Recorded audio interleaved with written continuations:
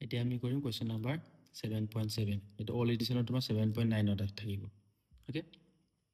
R equal to 20 ohm L equal to 1.5 Henry আৰু C equal to 35 মাইক্ৰ'ফেৰাড যুক্ত শ্ৰেণীবদ্ধ LCR বৰ্তনী এটা 200 ভল্টৰ পৰিৱৰ্তনশীল কম্পনাংকৰ পৰিৱৰ্তী প্ৰবাহ উৎস এটাৰ লগত সংযোগ কৰা হৈছে ঠিক হৈছে আমাৰ লগত এটা ৰোধক আছে যাৰ মান কিমান 20 এটা আবেশক আছে 1.5 হেনৰি এটা ধাৰক আছে 35 মাইক্ৰ'ফেৰাড আৰু ইয়াক আমি কি লৈছো এটা AC কাৰেন্টৰ লগাইছো যাৰ ভোল্টেজ কিমান 20 ভোল্ট ওকে তো প্ৰশ্ন কি কৈছে আমাৰ চোৱা উৎসৰ কম্পনাংক যেতিয়া বৰ্তনী স্বাভাৱিক কম্পনাংকৰ সমান হয় তেতিয়া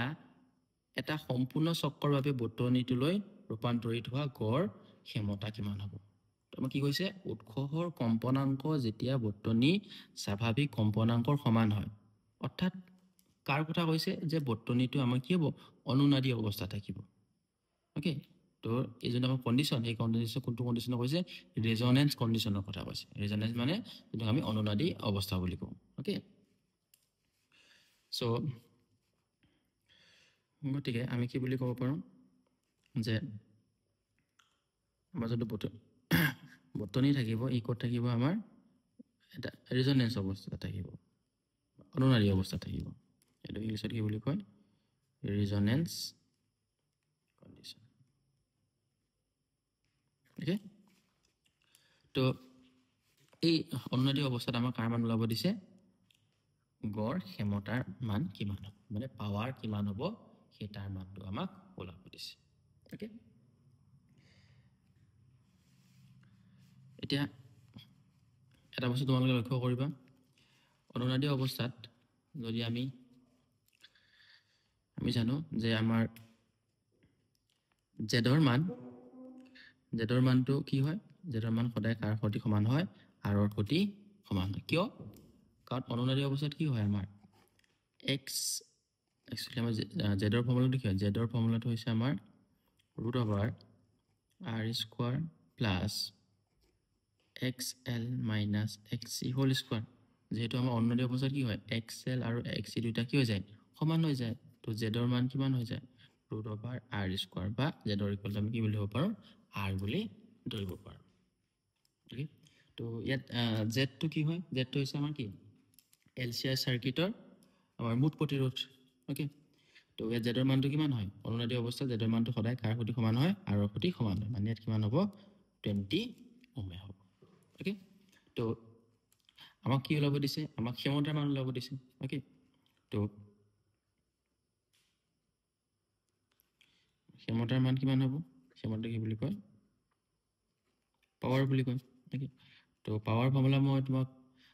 আগতে এটা প্ৰশ্ন কৰি দিছো কি হয় RMS * VRMS * what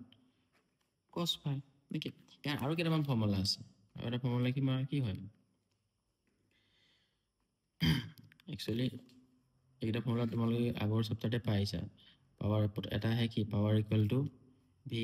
i আৰু এটা আছে কি i² r আৰু এটা আছে কি v² by r okay তো পাৱাৰ ইকুৱেল টু i² টো তুমি এইটো ব্যৱহাৰ কৰিলে কি হ'ব আমাৰ irms স্কয়াৰ ইনটু r জেগাত কি আহিব আমাৰ ইয়াত z আহিব ইনটু cos phi ওকে আৰু এটা কথা লক্ষ্য কৰিবা তোমাৰ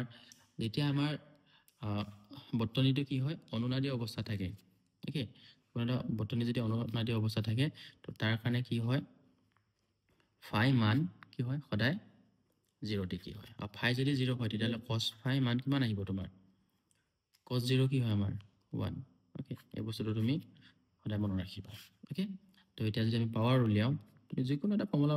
নিজৰ যোনটো মন যায় তুমি এটা ইউজ কৰিব পাৰা ওকে ধৰি লও i² into z into cos phi টো লবা ওকে তো i মান কিমান আছিল ওকে তো ইয়াত আমি i মান কি কৰিব লাগিব উলিয়াব লাগিব হয় নহয় ওকে i মান ওলোৱাৰ পিছতে আমি ইয়াত বহাব পাৰিম ওকে তো irms ৰ মান কিমান হ'ব irms equal to v upon z হয় ওকে তো ভি মান আমাক দিয়া আছে কিমান 200 ওকে আৰু জেডৰ মান কিমান আমাৰ ইয়াত জেডৰ মান কিমান 20 তো আই আৰ এম এছ ৰ মান কিমান পাম আমি 10 এম্পিয়াৰ ওকে তো এইটো আমি বহাই দিব লাগিব 10 স্কয়াৰ ইনটু z তো কিমান হল 20 ইনটু cos 0 ওকে তো 100 plus 20 into 1 কেন পাবা 2000 যেটো পাৱাৰ হয় ক্ষমতা হয় তেতিয়াহলে ইয়াৰ এককটো কিমান আহিব তোমাৰ 1 আহিব 2001 ওকে তুমি নিজৰ ইচ্ছা তুমি এটো ফৰ্মুলা ব্যৱহাৰ কৰিব পাৰা এটো ফৰ্মুলা তুমি ব্যৱহাৰ কৰা কিন্তু প্ৰথমে আমি কাৰ মানটো উলিয়াই ল'ব লাগিব আই আৰ এম এছ ৰ মানটো আমি উলিয়াই ল'ব লাগিব ওকে এটো মনত ৰাখিব আই